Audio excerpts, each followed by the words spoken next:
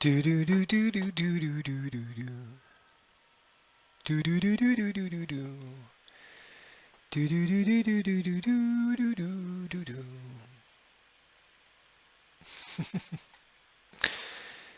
Here we go.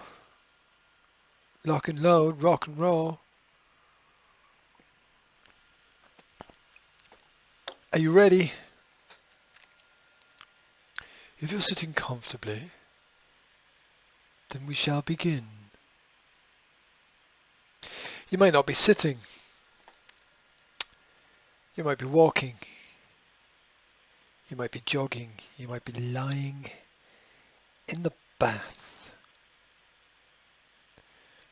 enjoying a moment of peace, a moment of silence.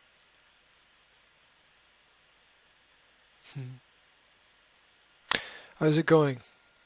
I took a jog down the beach today.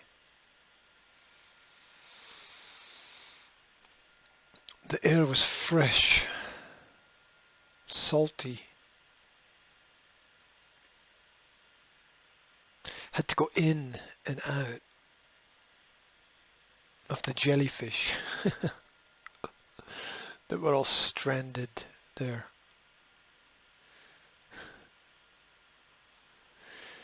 Oh, the trials and the tribulations. My computer tells me it's having a heart attack. Hoorah. Hoorah. Just checking out my Twitter, yeah. And on the bottom right side, I just noticed it said, live, COVID-19 tweets from UK authorities. More shit to scare you. To hammer the message home that we, the authorities, are in control. That's what it's about. Have you noticed the consistent hammering, consistent of the same message? Every voice, every screen, every flyer, every poster. It's on the envelopes, it's in the mail. It's at the top of the bottom of the social media platforms. It's in your phone. It's on the windows and the t-shirts. Stay safe. Stay strong. And look at my beautiful rainbow.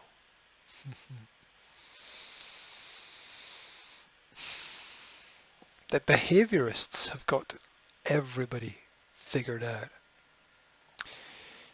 You know the mistake they made in 2001? The mistake they made in 2001 was not having the public on board. They thought that they had control, but they didn't. You notice how they didn't make that mistake this time? 93% of the British public would like the lockdown to last for longer. Perhaps even until next year. They're getting 80% of their pay. They don't understand economics. They don't get it. They don't get it at all. But then, so few do. Follow your leader, follow the yellow brick road. Don't criticize the king.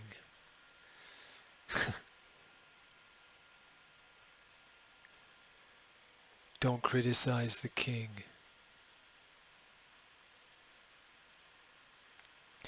Seems my computer really is having a heart attack. Let's see if I can reduce the stress. Stress? Sean! Hold me, God! reduces stress and pressure. Ooh. There we go. I'll turn this program off. Hopefully that'll help.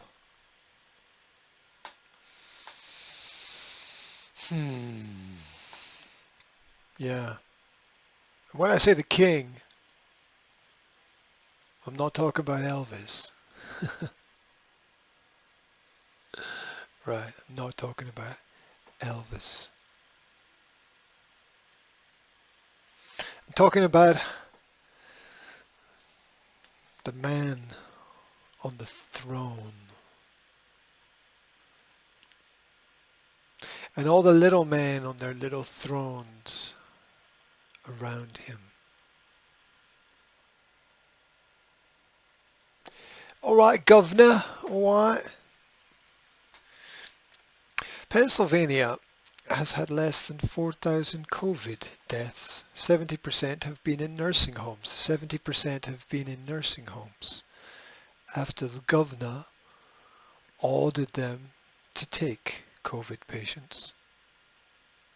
Think about that for a second. Same is true in Britain. The government ordered care homes to take COVID patients. All right, just let that pinball around your brain for a while. Like you can't go meet people because they might have it and you might get it, or you might have it and not know it and give it to them. Right? Right? But you can send these people to care homes.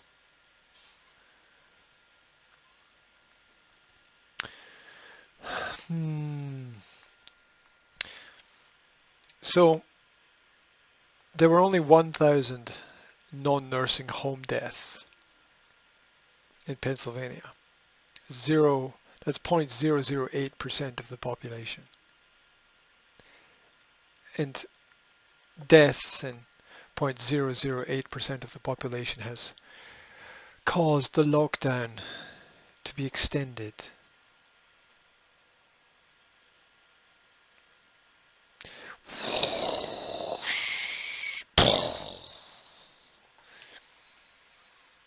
Yep. We don't want the smoking gun to be an economic mushroom cloud, do we? People, what are you doing? What are you doing? Really? Really? You see, it's a question of values. It's a question of beliefs, because government is an abstract concept. Buildings exist, people exist. Government, it's a lovely collective abstract. It's everywhere and nowhere. It is itself a kind of virus. It is itself a kind of virus. But anyway,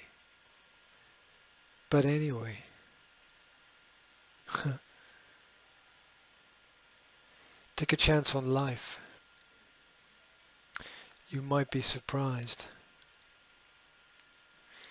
The alternative is to never know what could have been, should have been, may have been, might have been.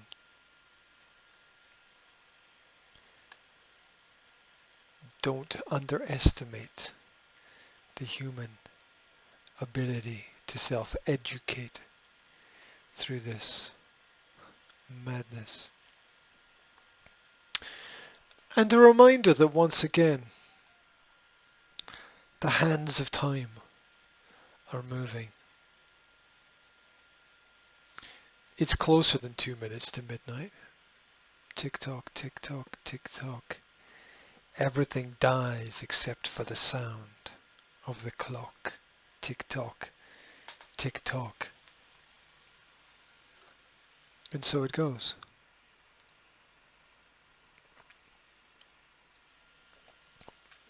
And on it goes, ever closer to a new shadow, a shadow of fear.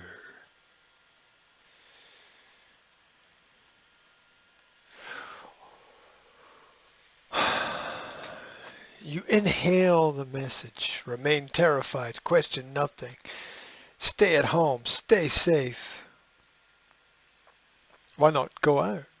Stay safe. Stay, stay, stay, stay. It's brainwashing.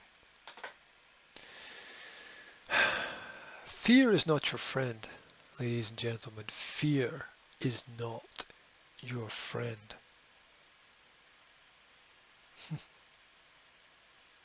Really. Really.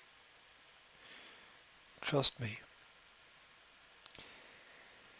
Economics is also not your friend. Right? Are you aware of the calculated reality that we live within? 5% of people here, 7% of people there, 8% of people there. We live in a game of numeracy. And you think if you buy into this system that it's going to have some positive effect. Really? Really, you really don't understand, do you? You really don't understand where it's all going. It's not going to have a positive effect because you might be okay, but what about your neighbor and your neighbor's neighbor?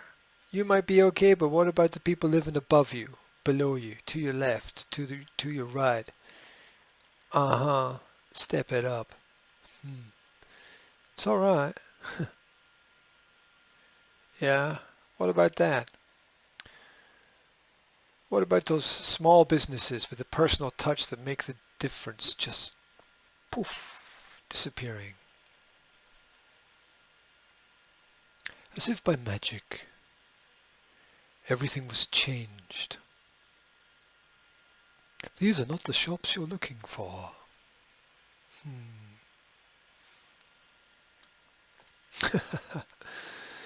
No one is immune.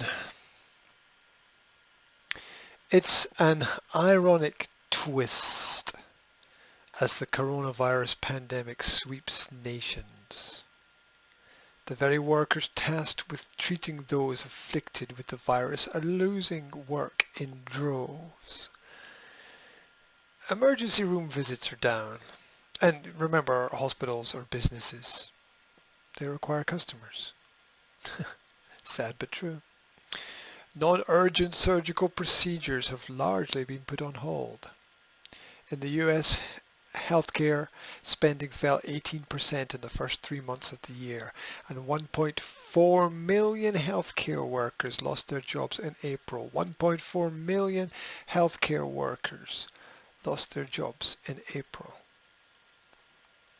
A sharp increase from the 42,000 reported in March, according to the Labour Department.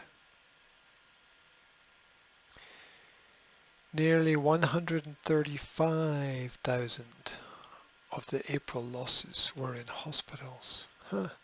Not so essential anymore, are you? Suddenly. Suddenly.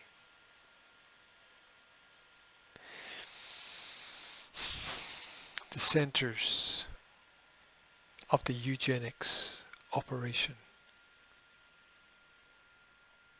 have begun their mission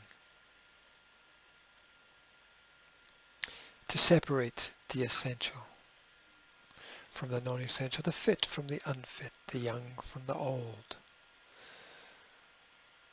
while the media platforms separate the left from the right. And economics, my friends, economics always makes a difference. US grocery costs jump the most in 46 years, led by rising prices for meat and eggs, CNBC.com.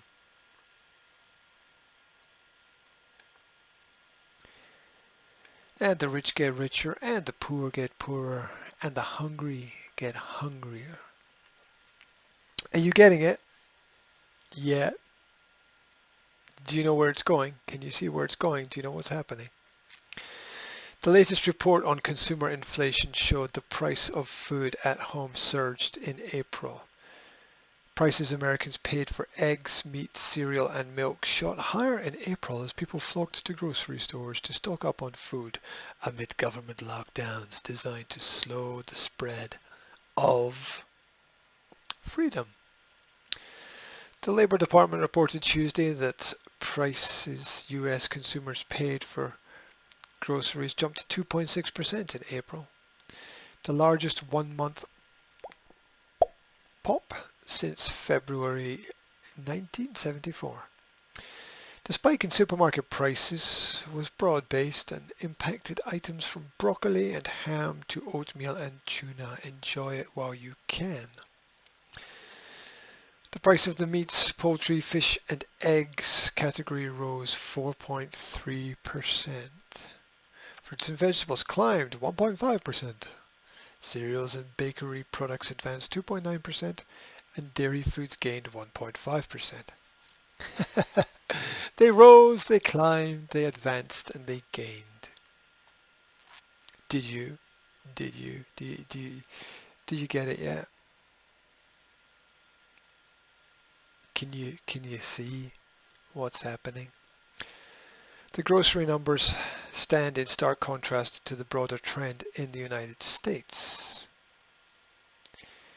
Other prices fell 0.8%. See, food's going up while other things going down. 0.8% in April clinched the largest one-month decline since 2008 as a swoon in oil and gasoline dragged the headline CPI number lower. And still people had no idea what was coming. None whatsoever. Not a Scooby clue what was going on. As long as they had their Netflix and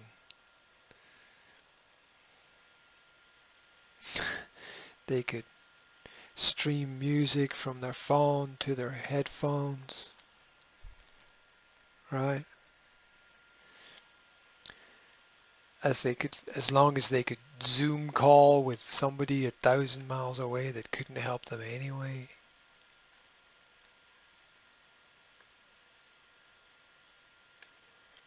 And the march continued. Oh yeah, it continued. As governments announced, the people would just have to wait just a little bit longer. Just hold on. Don't go back too soon. Don't go back on Tuesday instead of Wednesday. Right? Don't want to reach out to those customers too soon. Don't want to have too much contact. Because what we're going into, the tyranny that lies ahead is pretty much a contactless future. The first priorities of what we're trying to do, Schmidt said. Let me give you some context. This is from theintercept.com.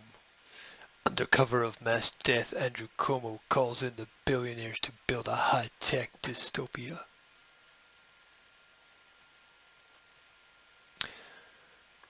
The first priorities of what we're trying to do, Schmidt said, are focused on telehealth, remote learning, and broadband. Telehealth. Sit people in front of a screen. You'll be fine. Remote learning. Mm, mm. They can't use the word distance now because it's negative because of social distancing, right? Distance learning. Then they're going to have social learning where you don't learn anything practical at all. We need to look for solutions that can... pulled out a Scottish accent there. We need to look for solutions that can be presented now and accelerated and use technology to make things better. Lest there be any doubt that the former Google chair's goals were purely benevolent, his video background featured a framed pair of golden angel wings. Ah, how nice. Look at those wings. Don't listen to what he's saying. Look at those wings. Oh, photograph him from the right position and he looks like an angel.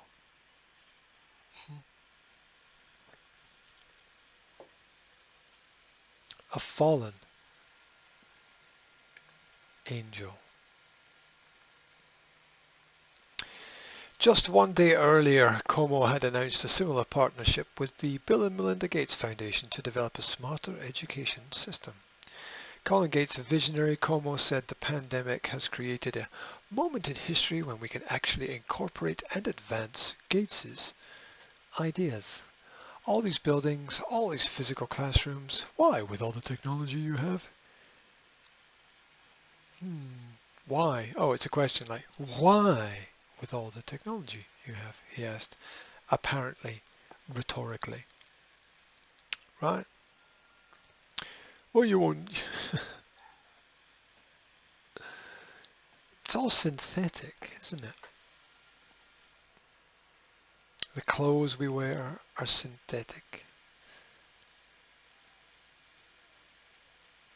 The doctors love to insert synthetic parts into the human body. We've been manipulated for a long period of time.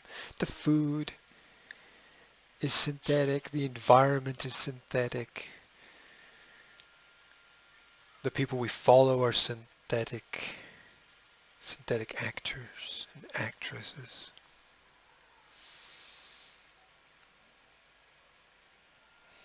The fabric of reality has been altered. It has taken some time to gel, but something resembling a coherent pandemic shock doctrine. A coherent pandemic shock doctrine is beginning to emerge. Call it the Screen New Deal, or the New Screen Deal, or the Screaming Deal, or the Run Away While You Can deal. Far more high-tech than anything we have seen during previous disasters. The disaster is government. Government is the disaster. The future that is being rushed into being as the bodies pile up treats our past weeks of physical isolation not as a painful necessity to save lives, but as a living laboratory for a permanent and highly profitable no-touch, no touchy future. Yep, that's what's happening. Oh, isn't this a wonderful opportunity to, through the crisis, pass rules and laws and bills, right? Right? Because we're so practical and ethical and moral and logical that we wouldn't take advantage of a crisis, would we? Right? Would we? A great RT post, yeah. Offended by a Soviet flag. Facebook has banned the colorized version of the iconic photograph of a Soviet soldier waving the USSR flag over the Reichstag in May 1945. We must have one image, one thought, one direction. Marking the defeat of Nazi Germany The social network claims the image violates its community guidelines for dangerous people and organizations. Look in the mirror. Curiously enough, users are reporting that Facebook is only taking down the colorized version of the photograph while allowing the black and white picture to be posted. Yes. Well, we can't have any positive examples, can we? We can't show real leadership, real freedom, real resistance, can we? Because we have to submit ourselves. Submit ourselves to the grand authoritarians that watch down upon us from their ivory towers. Passing thought, it's not so much a new virus as much as it is a new test. Have you noticed? A new test for a pre-existing conditional response. You think about that.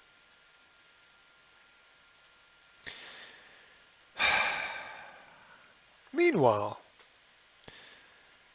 according to data from the Panda organization based in South Africa, pandemic data and analytics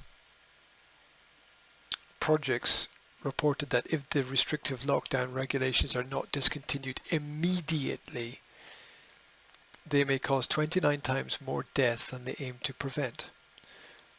Oh, not to mention in one study I read that the police had actually killed more people than the actual virus. At least at the beginning of the pandemic. In other words, continuing with the lockdown will cause more loss of life than COVID-19 itself. Panda says the lives versus the economy narrative is a false dichotomy. It says that 6 weeks ago, a rapid lockdown was a prudent decision, but that the government must now take note of new developments and data and new analytics, and realizing that almost everyone whose analytics and data were used was corrupt. Surprisingly, of course. They didn't have peer-reviewed studies, they didn't get anyone to check the data, because that would just be too much. That would just be too much, right? Too much. But then they didn't need to, because they already had their GCHQ boys do all the number crunching necessary. Boys and girls, right? Boys and girls. Realizing that most people would just go along to get along. Because they had just enough comfort. And now that there's no pushback, you might as well stick a fork in it, because the UK is done. Right? Crispy charred toast. That's all that's going to be left by the time they finish with us. By the time. But don't worry. Don't go out. Don't protest. Remember that letter from Downing Street. You must stay at home. Really? Really? You happy with your 300,000 daily deaths worldwide due to poverty according to the World Food Programme? Are you happy with that? No, but what can I do? Stay scared.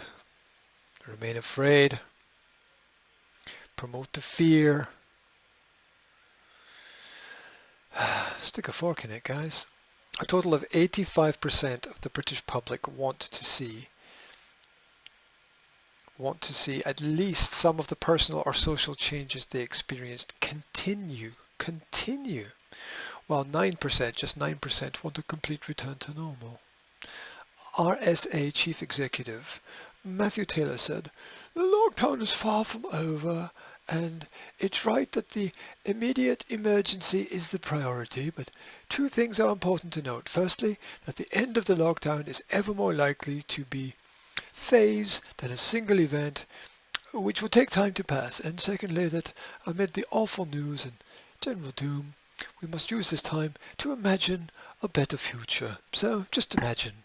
Just imagine. Just if you all just sit down cross-legged and find a little space 2 meters apart on the grass, and just imagine. You'll be fine. Screw you. This poll shows that the British people are increasingly aware that the health of people and planet are inseparable. About the planet now, is it? Okay. And it's time for radical environmental, social, political and economic change. No, it's not.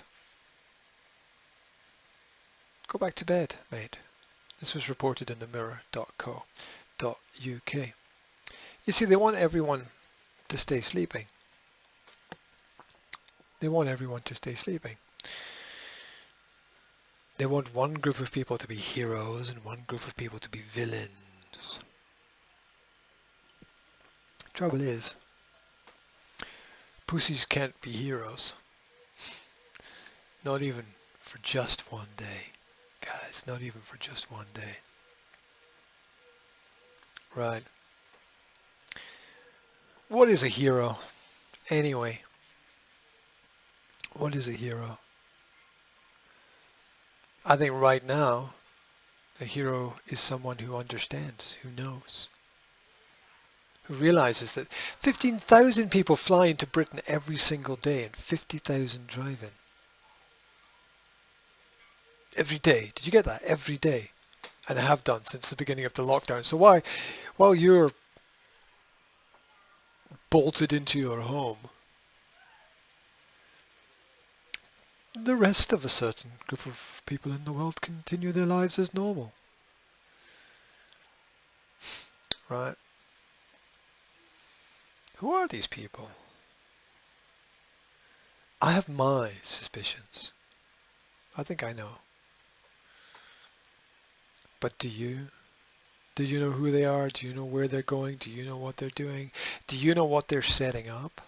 Do you know who they're setting up? Are you aware? Do you care?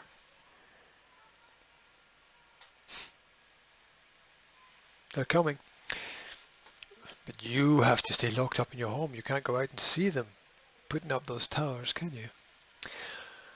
Hospitals 400% more empty than normal. Doctor's appointments not possible. Dentist appointments not possible. Tuberculosis skyrocketing. Unemployment skyrocketing. Diseases skyrocketing. Poverty skyrocketing. Forced inoculations on the way. Contract tracers visiting your home. Small businesses forced to close. Don't worry. Death by design. Medical martial law. That's it. Boom. Right? That's it. In a nutshell. Scientists have gone crazy. Really, they have. They call it science. Once upon a time it was science. Once upon a time it was real science. But now we're left with this. Let me tell you what this is. Listen carefully. Sit comfortably. The UK and some US states have set out plans for easing coronavirus lockdowns. Ultimately, any government that attempts to ease restrictions must keep a close eye on daily infection numbers and the spread of the virus. Ideally, every new case should be traced and managed. Ideally, every new case should be traced and managed. The problem is that most countries lack the resources to test and contact trace enough people. But our app, which is called the COVID Symptom Study and is based on some 3.4 million users in the UK, US and Sweden logging symptoms daily, could help. Do these people even know what they are involved in? In a new study published in Nature Medicine,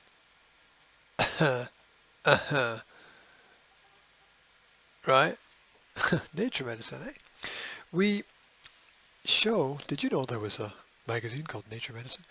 We show that this app can estimate whether someone has COVID-19 purely based on their symptoms And we've done this in less than 6 weeks. I added that with a high degree of accuracy. The app, formerly known as the COVID Symptom Tracker, was launched by our team at King's College London, King's College London, King's College London, King's College London, King's College London. Who can't you criticize? In collaboration with the health technology company Zoe, which one of us helped co-fund. Oh my god, it gets worse. Users are asked to see whether they are feeling well. Are you feeling well today, John? I'm feeling sleepy. Are you feeling sleepy? Perhaps you should lie down. Whether they are feeling well or experiencing any symptoms related to COVID. What if you're... It's as if there's nothing else, right? Within 14 days, with the help of social media, we gathered 2 million users. 2 million idiots, collecting vital information on the symptoms of coronavirus infection and the spread of the disease across the UK. They call it science. Asking people to tell you how they feel and then basing results on that is not any way to predict infection without a test. They're saying that they can predict it without a test. I mean, it's next you'll be able to smell them. Oh, I can smell that he had it. Yes. If you've got time, uncoverdc.com, uncoverdc.com. Was the test meant to detect a virus? Huh? Go and read that. It's a very, very long article. It would take the whole hour to go through it, so I'm not going to go through it. But apparently the inventor of the COVID-19 test said that it was never designed to test for the test. I mean, couldn't make it up, could you? You know, go and script the wildest pandemic story you can imagine. It's not even close. The only thing we don't have is little green men landing in spaceships saying, "We have come to save you," and then taking a look around and then just falling over laughing at the complete debacle that is humanity right now. But don't worry if you lose your job. Don't worry. According to mavenroundtable.io, the newest job emerging from the pandemic is contract tracing. Now, half the time I've seen it written as contract, and half the time I've seen it written as contact. I don't think they even know themselves what it is. Anyway, New York plans to employ 17,000 contract tracers. Dun, dun, dun. Massachusetts plans to hire 1,000, and the Johns Hopkins Center of Health and Security estimates the US might need 100,000 in total to track and trace. I wonder if they will be wearing brown. Huh. I wonder. Tens of thousands of contract tracers are being employed to track individuals who may have been exposed to COVID-19. Contract tracers will be used to help stop a second surge of COVID-19. A second surge, according to Wall Street Journal. How are they going to be used to... You know, they're just going to use it to control people and to say who can and who can't and who should be removed from their homes. They're going to come into people's homes and take people out. Yeah. They're going to take the old people to the old people's homes. They're going to remove the parents. A parent.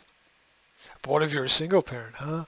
It's like 50% of kids experience being in a single parent family now or something like that. It's some really horrific statistic. And, well, you know, what happens then, right? 2 parents is protection. 1 parent is vulnerability, right? Their jobs are simple. contract tracers. First, they track where patients have been. They follow you. Who they came into contact with. And when all of this occurred. Why do they even need people to do this? Right? Doesn't it? Next, they track down those people and inform them of their exposure to the virus. Is it... What? We've got to change the word virus in here for madness, I think. New York plans to employ 17,000, Massachusetts 1,000, and so on. However, there is a subtle way to streamline the process, but not without a cost. App developers are building software that utilizes Bluetooth and location services to determine the same result. What about privacy concerns? A piece of software won't save lives. What will save lives is software and existing public health infrastructure, like manual contract tracers. What did? Not cool, not good, not big, not clever, not clever. For the technology to be effective, 60% participation rate would be needed. And already in some countries, if you don't install these apps inside your phone, then you're fined. You're fined. You're given a period of time to install it. I think it was in India and for parts of India. And then if you don't install it, you're just fined. That's it. You're punished, basically. It's a punishment. If you do want to dive deeper, Alice down the rabbit hole, SNOOZE2, the number 2, SNOOZE number 2, AWAKEN.com, snooze2awaken.com, a cornucopia of categorized links to explore. Yeah, background research. And hey, save the stories because they're going to disappear, right? I was thinking about that today. I was thinking, some of these stories are going to vanish, right? So, copy and paste them into sort of daily document pages or something. Might be a useful ploy. If it matters at all. Because once government's made his decision, well, that's that, isn't it? That's that. Melissa Walker reminded me about the pillars of influence and control as laid out by Saul Alinsky. It's amazing how much of an effect the dead can still have on the living, right?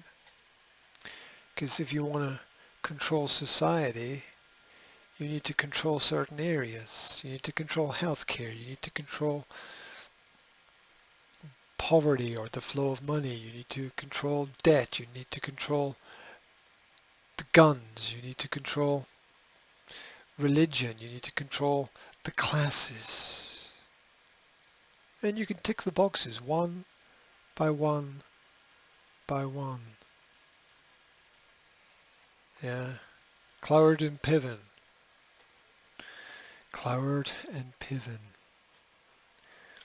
Overload democracy through stress on the welfare of the system. It's a plan. It's a plan.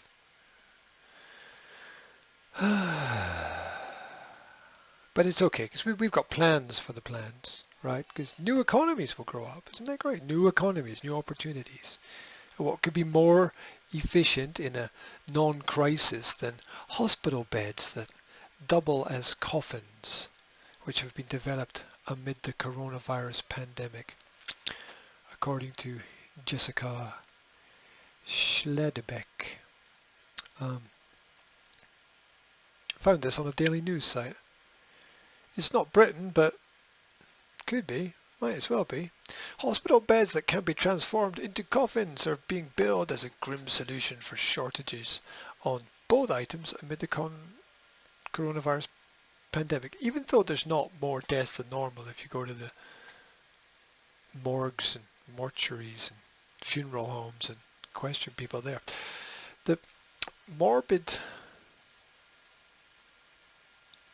should be morbid, this is morbid. The morbid product developed by Colombian company ABC Displays is a cardboard bed with metal hospital railings along the sides. While the Bogota-based business is typically dedicated to marketing, the advertising agency has been at a near standstill over the last month. Diversification, right? Diversification. But there might still be time to turn this around. We might still have time. I hope we have time. I hope you have time. Stop and think and look and listen. Look around, touch the ground, while the sky is a hazy shade of winter. We've got some time. I blow past myself. There we go. What do you think? Do you have thoughts? Do you have your own thoughts? Or just do you have the ideas of others implanted in your head?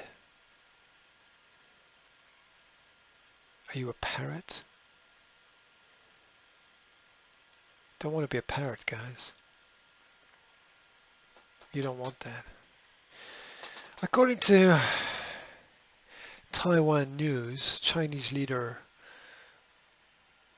Mr. 11, I'm just going to call him Mr. 11, asked World Health Organization Director General, former criminal and communist Mr. AG, to suppress news about the Wuhan virus outbreak, the German intelligence agency BND found, according to a report in the magazine Der Spiegel. During a conversation on the 21st of January, Mr. 11 reportedly asked Mr. T not to announce that the virus could be transmitted between humans and to delay any declaration of a pandemic. Sounds like criminal activity to me. What do you think? Huh? What do you think? Answers on a postcard. Meanwhile, if you do have time, you can download the GPMB Annual Report 2019, A World at Risk. The annual report on global preparedness for health emergencies. Did you know there was an annual report on global preparedness for world emergencies? Did you know that even existed? Right. Did you know that they are planning in 2022 emergency simulations globally? Did you know that? You read the document. It tells you all about it. Fascinating. Fascinating, Captain. Fascinating. Look at those pictures on the cover there. Isn't that, look at that. Wow, isn't that quite incredible? Look at that. Wow. Isn't that exactly what we have right now? How prescient. How prescient. You'll find this document at apps.who.int.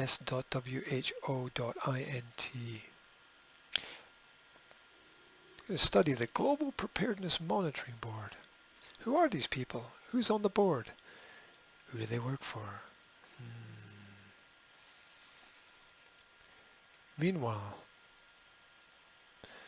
youtube.com Abu Dhabi Airport's precautionary measures. Go watch the video.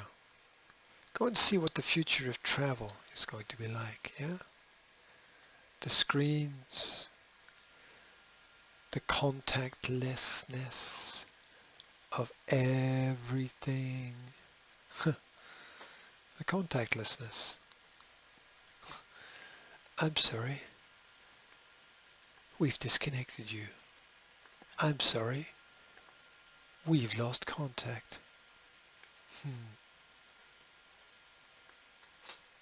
things to think about, right? There's a world of things to think about. Never ends. They're not going to stop, you know. They've gone too far to go back.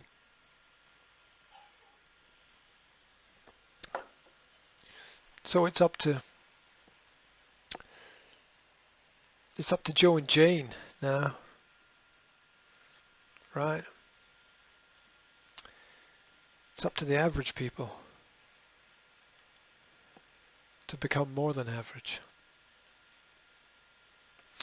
Yeah, I was thinking about the ways to combat this, and I think the number one way to combat this is to start your own business and employ as many people as you can, because that would be the one way to re-stimulate the economy and to give yourself some power, so that when things come down to the line, you've got some wall of protection around you. That would seem to me to be the most logical solution. Perhaps you've got a better one. I don't know. It's getting harder and harder to find niches as the rules become more complex.